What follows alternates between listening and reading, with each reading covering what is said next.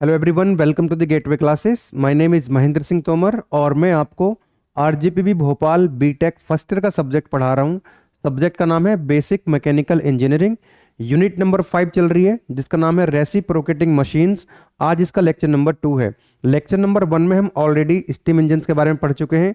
आज हम lecture number 2 में पढ़ेंगे कारनोट साइकिल कि what is Carnot cycle and what is its importance, और जो कारनोट साइकिल की एफिशिएंसी का डेरिवेशन है वो हम डिराइव करेंगे।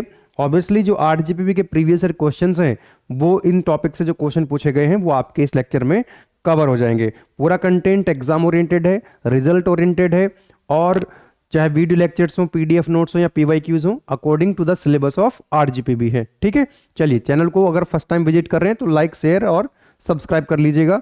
तो आरजीपीवी जून 2014 में ये क्वेश्चन पूछा गया कि कारनोट साइकिल क्या होती है and what is its importance. तो देखो मैं आपको बता दूं, ये मैं आपको बता चुका हूं पहले यूनिट नंबर 4 में जब थर्मोडायनामिक्स हम पढ़ रहे थे कि what is the meaning of cycle. Cycle का मतलब होता है कॉम्बिनेशन ऑफ प्रोसेस, और जब इनिशियल पॉइंट और फाइनल पॉइंट सेम हो जाते हैं तो वो साइकिल बन जाती है ना। जैसे फॉर एग्जाम्पल एक प्रोसेस है 1 से 2, है ना, एक प्रोसेस हुआ यहाँ पे 1 से 2, दूसरा प्रोसेस हुआ 2 से 3, और तीसरा प्रोसेस हुआ 3 से 1। ठीक है, तो ये क्या बन गई है, एक साइकिल बन चुकी है।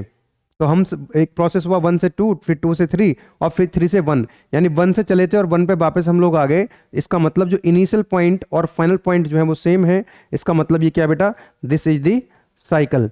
अब ये जो कारनोट साइकिल होती है ये एक रिवर्सिबल साइकिल होती है। This is what, reversible cycle.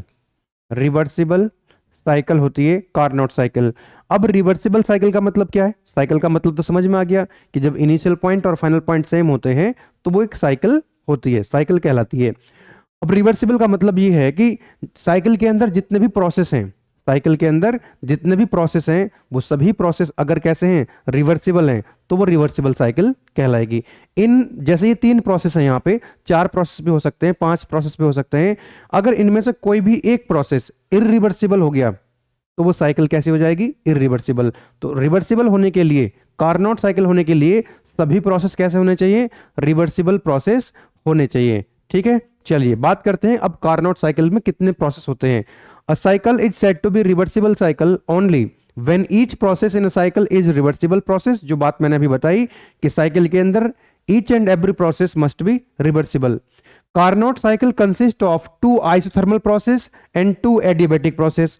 अगर हम ये लिख दें और अच्छा रहेगा कि 2 reversible isothermal and 2 reversible adiabatic. ठीक है, तो ये 4 प्रोसेस इसके अंदर होते हैं। अगर इसका टीएस डायग्राम में यहां पर बना दूं, टीएस डायग्राम में बना दूं, that is what, temperature versus entropy. Temperature versus entropy. Vertical axis पे लिया टेम्परेचर और हॉरिजॉन्टल एक्सिस पे हमने लिया entropy. Temperature versus entropy.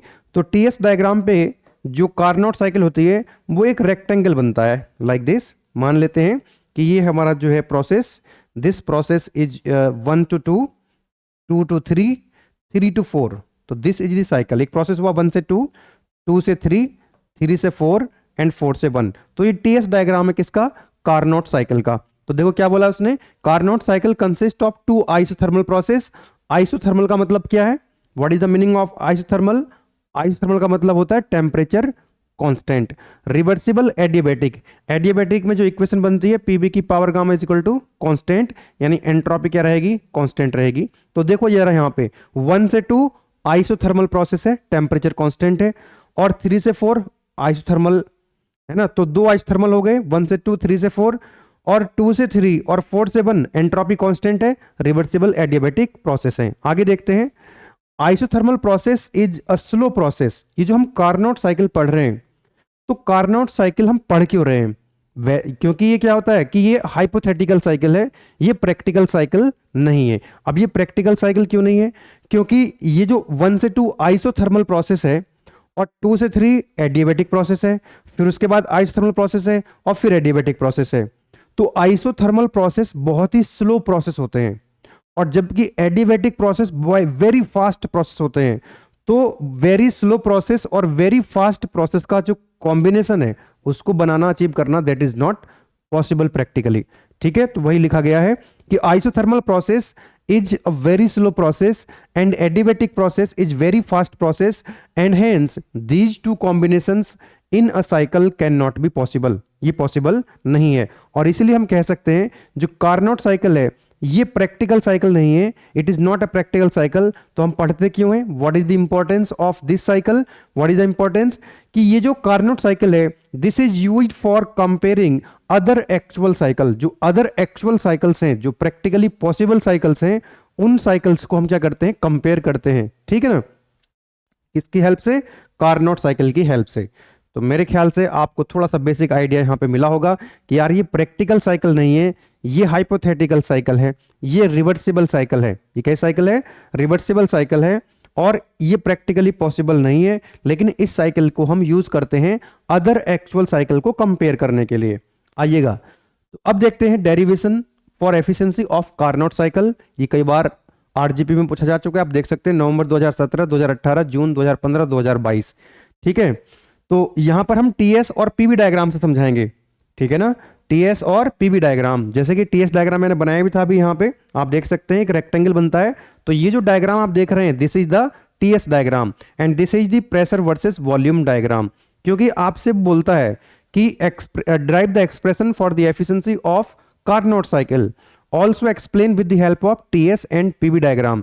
TS का मतलब होता है टी मतलब टेम्परेचर, एस मतलब एंट्रोपी, पी मतलब प्रेशर, वी मतलब वॉल्यूम. तो ये temperature versus entropy diagram, pressure versus volume diagram. तो देख लेते हैं, जरा नंबरिंग कर देते हैं प्रोसेस की. तो ये हो जाएगा 1 एंड दिस इज 2. तो 1 से 2 क्या हो गया, आइसोथर्मल प्रोसेस.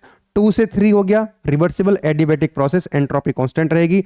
ये हो गया 2 से 3. 3 से 4, 3 से 4 ये हो गया आपका आइसोथर्मल कंप्रेशन, और 4 से 1 जो है ये हो गया आपका रिवर्सिबल एडियाबैटिक कंप्रेशन. अब आप देख सकते हैं 2 आइसोथर्मल प्रोसेस हैं और 2 रिवर्सिबल एडियाबैटिक प्रोसेस हैं. तो यहां पे जो टेम्परेचर होगा वो कितना होगा, T1 और T2 दोनों क्या रहेंगे, बराबर. ये टेम्परेचर कितना है, T3, और ये T4 के बराबर है, क्योंकि टेम्परेचर क्या है, कांस्टेंट है. टेम्परेचर क्या है, कांस्टेंट है. इसी तरह से आप ये वाला जो डायग्राम है प्रेशर वर्सेस वॉल्यूम ये बना सकते हैं. इसकी भी नंबरिंग कर देते हैं. This is 1, this is 2, 3 and this is 4. तो देखो जरा साइकिल का मतलब क्या होता है कि जब इनिशियल पॉइंट और फाइनल पॉइंट क्या हो जाएं, सेम हो जाएं. तो 1 से चले 2, 2, 3, 4, 4 से 1, 1 से चले 1 पे वापस आ गए. यहां पर ये पीवी डायग्राम है. अब 1 बाय 1 करके इसको थोड़ा समझ लेते हैं. एक बार फिर से सभी प्रोसेस को देख लेते हैं. सबसे पहले जो प्रोसेस आएगा वो है आपका 1 to 2. कौन सा प्रोसेस है बेटा, प्रोसेस 1 to 2. प्रोसेस 1 से 2 पे जरा गौर करें.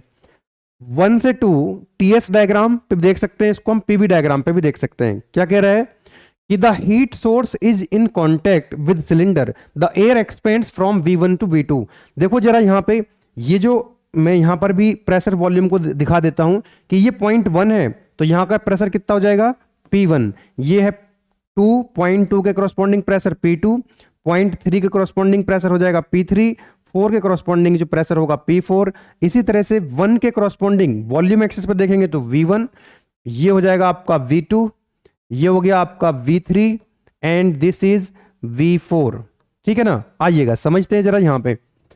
तो एयर एक्सपेंड होगी. 1 से 2 जो प्रोसेस है आइसोथर्मल एक्सपेंशन है. आइसोथर्मल एक्सपेंशन है. एक्सपेंशन मतलब वॉल्यूम सिलेंडर के अंदर इंक्रीज हो रहा है.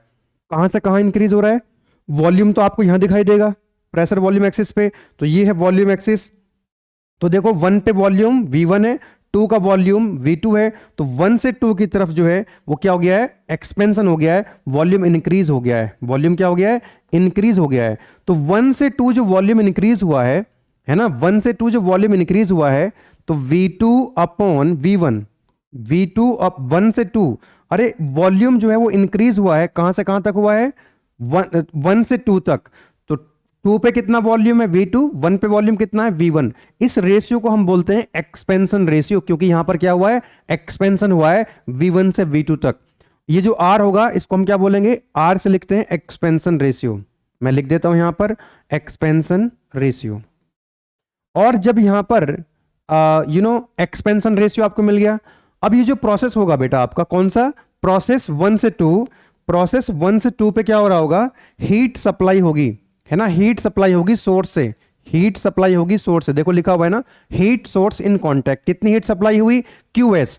अब ये QS की वैल्यू पता कर सकते हैं कि हम लोग, देखो लिखा है during this process heat QS is supplied, है ना, लिखा है during 1 to heat supplied is equal to work done by the air. ये मैंने आपको यूनिट नंबर 4 में पढ़ाया था कि अगर प्रोसेस आइसोथर्मल है तो वहां पर जो हम हीट सप्लाई करते हैं वो किसके बराबर आती है, वर्क ट्रांसफर के बराबर आती है। वर्क ट्रांसफर का फॉर्मूला ही मैंने आपको आइसोथर्मल के लिए बताया था। अगर 1 से 2 एक्सपेंशन हो रहा है तो हीट सप्लाई Q122 होगा वो W122 के बराबर होगा, and that is equal to P1 V1 ln V2 upon V1। ये फॉर्मूला आइसोथर्मल के लिए, इस पर न्यूमेरिकल भी हमने सॉल्व करे थे। अब यहां से आप देख सकते हैं जो हीट सप्लाई मुझे मिला QS बोले तो हीट सप्लाई वो मिला P1 V1 ln, और ये जो V2 अपॉन V1 है that is the expansion ratio R। Okay, या फिर मैं इसको लिख सकता हूं हीट सप्लाई को, क्योंकि जो PV इज इक्वल टू होता है MRT होता है, ठीक है, तो यहां लिख सकते हैं PV is equal to MRT। जब P1 V1 कितना हो जाएगा, MRT1 हो जाएगा, और ये हो गया आपका log R।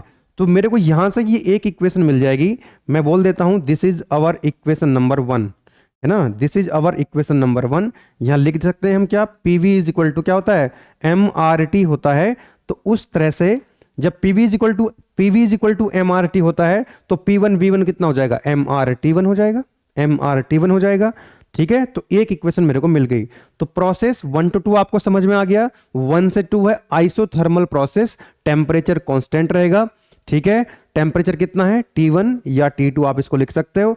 1 से 2 होगा प्रोसेस, एक्सपेंशन हो रहा है, तो V1 से V2 तक का जो रेशियो होगा V2 अपॉन V1 उसको हमने बोला एक्सपेंशन रेशियो। फिर दूसरा जो प्रोसेस होगा आप देखेंगे लिखा हुआ है प्रोसेस 2 to 3। प्रोसेस 2 to 3 कौन सा है, यहां पर देखिएगा ये है 2 से 3, यानी एंट्रोपी क्या है, कांस्टेंट है, एंट्रोपी क्या है, कांस्टेंट है। तो अब 2 से 3 जब एंट्रोपी कांस्टेंट होती है, एक सेकेंड इसको मैं करेक्ट कर देता हूं जरा, यहां पे नहीं आएगा ये, लेट मी करेक्ट, एक second, let me correct the diagram. Yes, 2 से 3 की बात हो रही है, 2 से 3 की बात हो रही है, तो ये है 2 से 3, कौन सा है, 2 से 3 एंट्रोपी क्या है, कांस्टेंट है, एंट्रोपी क्या है, कांस्टेंट है। तो एंट्रोपी कांस्टेंट है बोले तो रिवर्सिबल एडियाबेटिक, ये इक्वेशन फॉलो करेगा, पीबी की power gamma is equal to constant 2 से 3। तो देखो लिखा हुआ है एडियाबेटिक एक्सपेंशन, देखो अभी भी क्या हो रहा है, एक्सपेंशन हो रहा है, यानी कि 2 से V2 से वॉल्यूम बढ़ के V3 हो गया है, V2 से बढ़ के कितना वॉल्यूम हो गया है, V3 हो चुका है। Okay, now the heat source is removed and insulator is covered, insulator लग गया है मतलब हीट ट्रांसफर नहीं होगी, there is no heat transfer between 2 to 3। Okay, volume कहां से कहां इंक्रीज हो गया है, V2 से V3 with reversible adiabatic process, no heat is transferred, no heat is transferred. अब आता है नेक्स्ट प्रोसेस, नेक्स्ट कौन सा है, 3 से लेकर के 4 तक। देखो यहां से 3 से लेकर के ये रहा 3 और ये रहा 4, तो 3 से 4 क्या होगा, हीट रिजेक्ट होगी, जैसे यहां लिखा हुआ है ना QS हीट सप्लाई, तो यहां पर क्या होगा, हीट रिजेक्शन होगा, हीट क्या होगा, रिजेक्शन होगा, this is heat rejection QR, heat rejection QR। देखो लिखा है process 3 to 4 isothermal compression, the insulating cover is remove, insulator हट जाएगा, हीट सिंक जुड़ जाएगा, और हीट सिंक में क्या होगा, हीट रिजेक्ट होगी, is connected with cylinder, air is compressed at constant temperature, hence volume is reduced from V3 to V3। देखो वॉल्यूम जो है V3 से घट के V4 हो गया है, V3 से घट के क्या हो गया है, V4 हो गया है। V3 से घट के कंप्रेशन हुआ, भाई कंप्रेशन होगा तो इसका मतलब वॉल्यूम डिक्रीज हो रहा है, V3 से घट के कितना हो गया, V4 हो गया। अब ड्यूरिंग 3 to 4 हीट रिजेक्शन कितना होगा, क्योंकि ये भी टेम्परेचर कांस्टेंट ही है, अरे यहां भी टेम्परेचर कांस्टेंट था, यहां भी टेम्परेचर कांस्टेंट है, यहां हीट एडिशन था, यहां हीट रिजेक्शन है, हीट रिजेक्शन है इसका मतलब वर्क सिस्टम पे हुआ होगा, तो यहां पर हमने लिखा है, यहां पे आप देख सकते हैं heat rejected is equal to work done on the air. On the air का मतलब है निगेटिव, है ना, इसका मतलब है कि निगेटिव वर्क होगा, निगेटिव वर्क, और यहां पे बाय द एयर था, ये था बाय द एयर मतलब पॉजिटिव वर्क। तो ध्यान देना यहां पे जो हीट सप्लाई आएगा वो कितना आएगा, क्योंकि प्रोसेस हो रहा है 3 से 4, प्रोसेस कहां से कहां हो रहा है, 3 से 4 हो रहा है। तो आइसोथर्मल वर्क वाली जो इक्वेशन हमने लिखी थी ना, P1 V1 ln V2 upon V1, वही इक्वेशन अप्लाई करनी है। फर्क क्या है कि यहां पर 1 से 2 था, वो 3 से 4 है, तो 3 से 4 हम लिखेंगे वहां पे। ये हो जाएगा माइनस, माइनस क्यों लिखा है, ऑन द एयर है, system work is done on the system, तो ये हो जाएगा P3 V3 और log V4 upon V3, V4 upon V3। अब जरा यहां पर आप देखना, ये V4 अपॉन V3 है, क्योंकि फॉर्मूले में तो कितना आता है, फॉर्मूले में तो हमेशा फाइनल अपॉन इनिशियल आता है। तो यहां पर 3 से 4 हम जा रहे हैं, तो फाइनल अपॉन इनिशियल। तो क्या मैं इसको ऐसा लिख सकता हूं, यहां पे हीट सप्लाई को मैं क्या ऐसा लिख सकता हूं, QS, सॉरी हीट रिजेक्शन है ये, तो जब ये V3 और V4 को मैं रिप्लेस आपस में इंटरचेंज कर दूंगा तो प्लस हो जाएगा, तो ये हो जाएगा P3 V3 log V3 upon V4। और V3 अपॉन V4 क्या है बेटा, यहां पे जैसे 1 से लेकर के 2 तक एक्सपेंशन हुआ था, तो V2 अपॉन V1 क्या था, दैट इज एक्सपेंशन रेशियो। यहां पर 3 से 4 हो रहा है कंप्रेशन, तो V3 अपॉन V4 जो होगा वो कंप्रेशन रेशियो होगा। तो मैं लिख देता हूं यहां पे दिस वन, यहां लिख देता हूं, क्योंकि कंप्रेशन कहां से कहां हुआ है, V3 से V4 हुआ है, V3 से V4। तो लिखूंगा यहां पे मैं कि V3 ज्यादा है, V4 कम है, तो V3 अपॉन V4 जो होगा वो होगा कंप्रेशन रेशियो। क्या होगा, कंप्रेशन रेशियो होगा, कंप्रेशन रेशियो। बहुत बढ़िया, ठीक है। चलिएगा, अब मैं यहां पर लिख पाऊंगा, मैं यहां पर लिख पाऊंगा यहां से कि जो मेरा हीट सप्लाई हुआ वो कितना हुआ, P3 V3 log R, that is compression ratio. एक बात और याद रखेंगे, for close cycle expansion ratio and compression ratio are equal, तो इसलिए मैंने वहां भी आर लिख दिया है, इसको यहां भी आर लिख दिया है। ये जो आपकी कार्नोट साइकिल है ये एक क्लोज साइकिल होती है, क्लोज साइकिल के लिए एक्सपेंशन रेशियो 1 से 2 और कंप्रेशन रेशियो 3 से 4, ये क्या होंगे, एक्सपेंशन रेशियो और कंप्रेशन रेशियो बराबर होंगे। तो यहां पर मैंने लिखा इसको P3 V3 log R।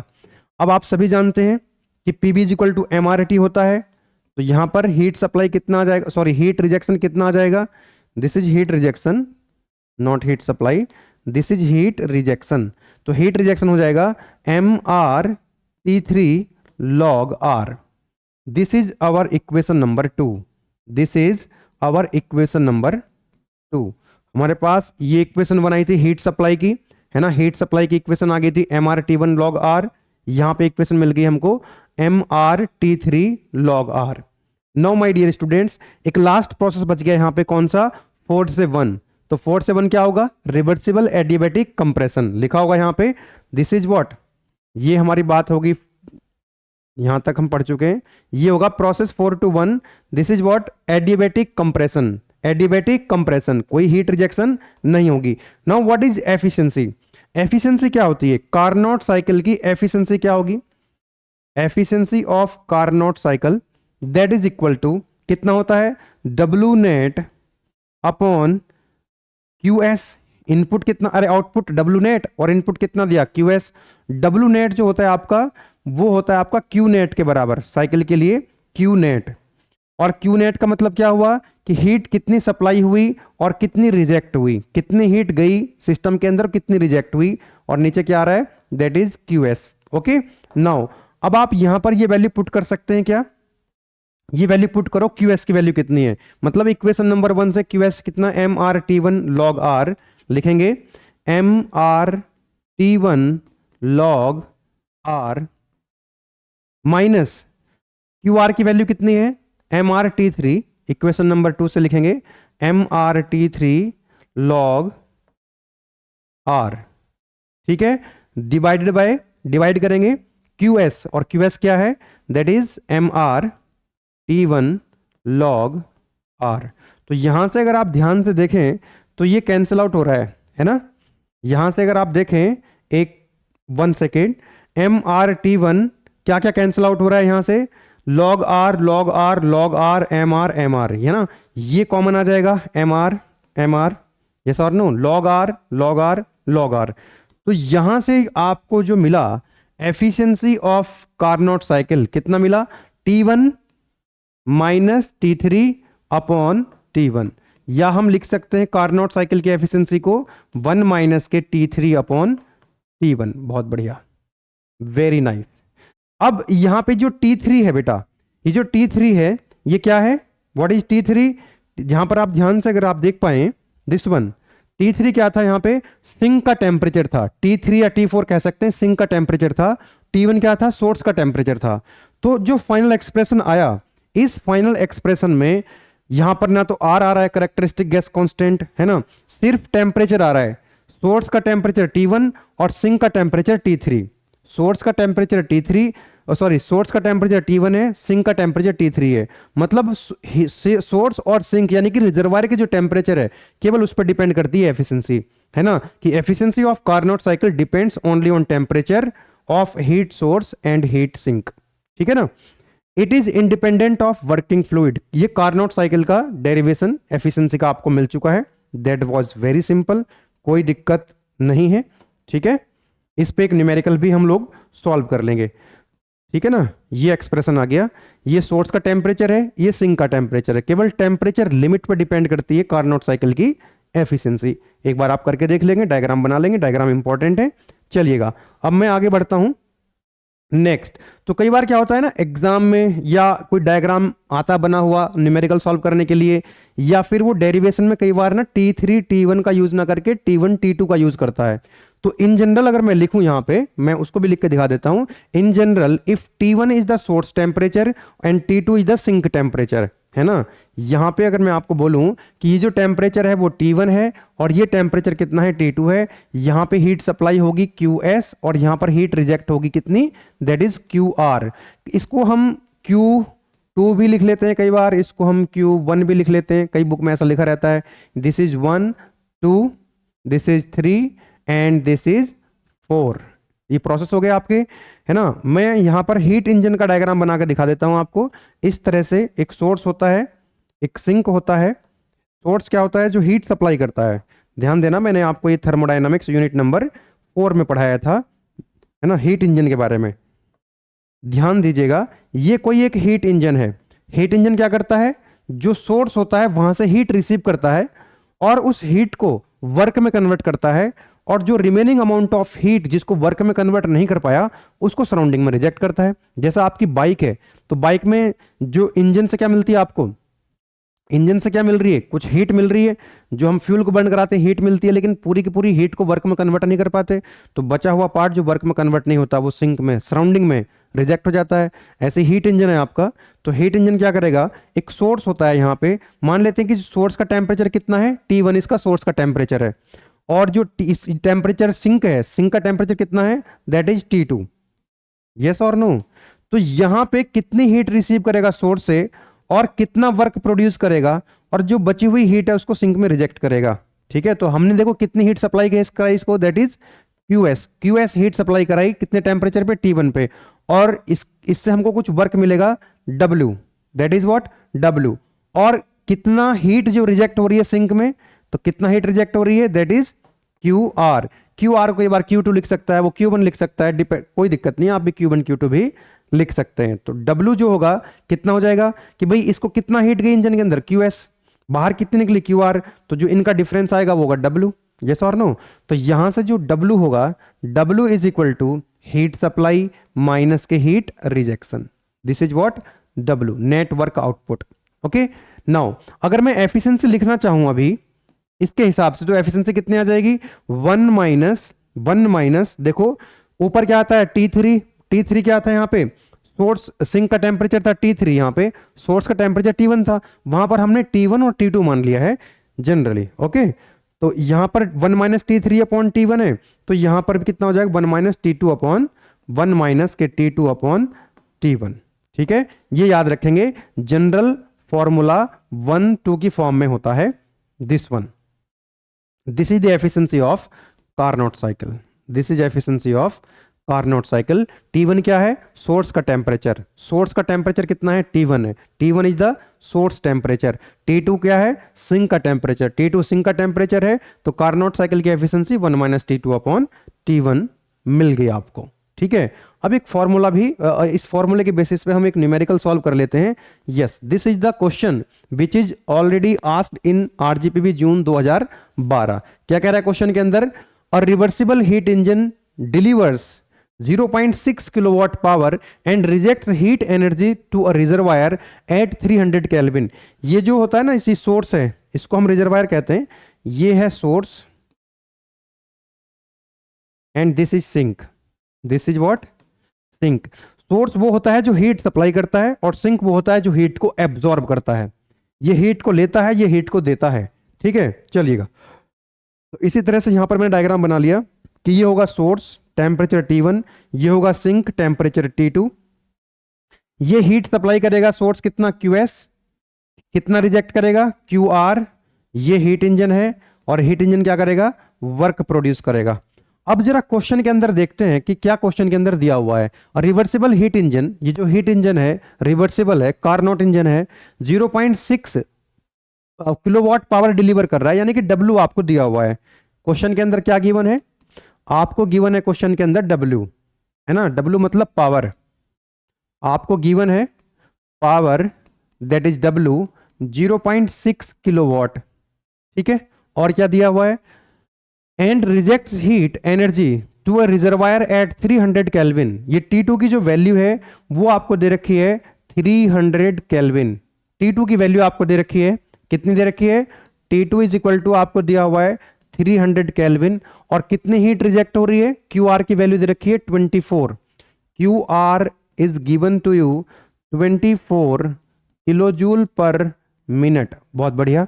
Determine the cycle efficiency, आपसे क्या पूछा गया है? साइकिल की एफिशिएंसी पूछी गई है। फर्स्ट पार्ट में एफिशिएंसी कितनी होगी, और सेकंड पार्ट में क्या पूछा गया? Temperature of the thermal reservoir supplying heat to the engine. Engine ये रहा, इसको जो सोर्स है ये हीट सप्लाई कर रहा है, तो इसका टेम्परेचर कितना होगा? मतलब आपसे T1 की वैल्यू पूछी गई है। ठीक है, सॉल्व कर लेते हैं, बहुत सिंपल है। तो जरा आप देखो कि W जो होता है वो QS माइनस QR होता है।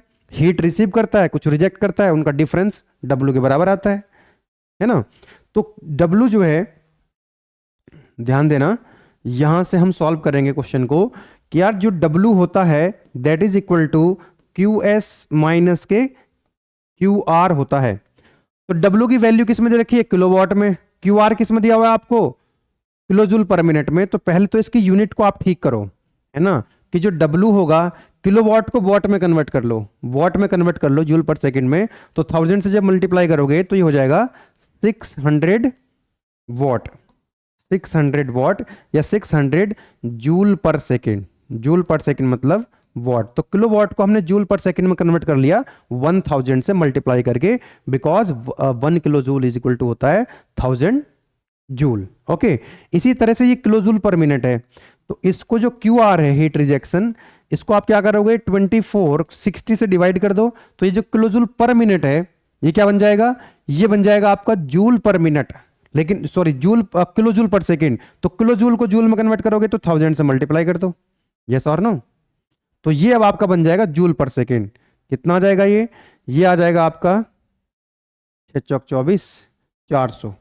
तो QR की जो वैल्यू आएगी बेटा that is coming out 400 joule पर सेकेंड मतलब वॉट। ठीक है, नाउ अब यहां पर वैल्यू पुट करेंगे। W कितना है? That is 600। Very good.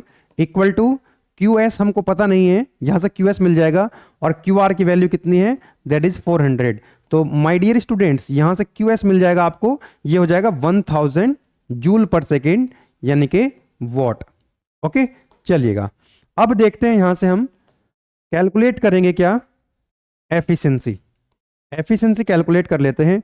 और एफिशिएंसी क्या होता है? एफिशिएंसी होता है आपका W अपॉन हीट सप्लाई। और W कितना है? तो W तो गिवन है दैट इज 600, और हीट सप्लाई कितना आ गया? 1000। यूनिट सेम होनी चाहिए, ध्यान रखना यूनिट सेम होनी चाहिए।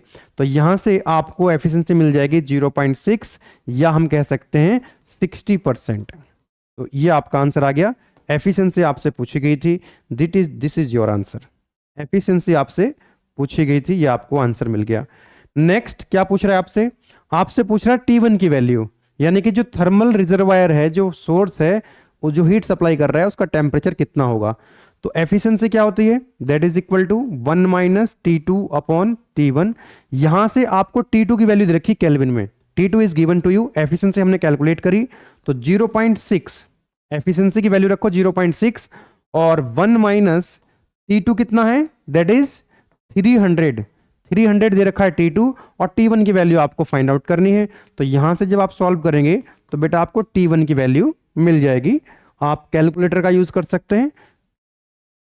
ठीक है, तो ये हो जाएगा आपका 1 माइनस 0.6 और 300 अपॉन आंसर 750 और यूनिट क्या होगी इसकी, केल्विन।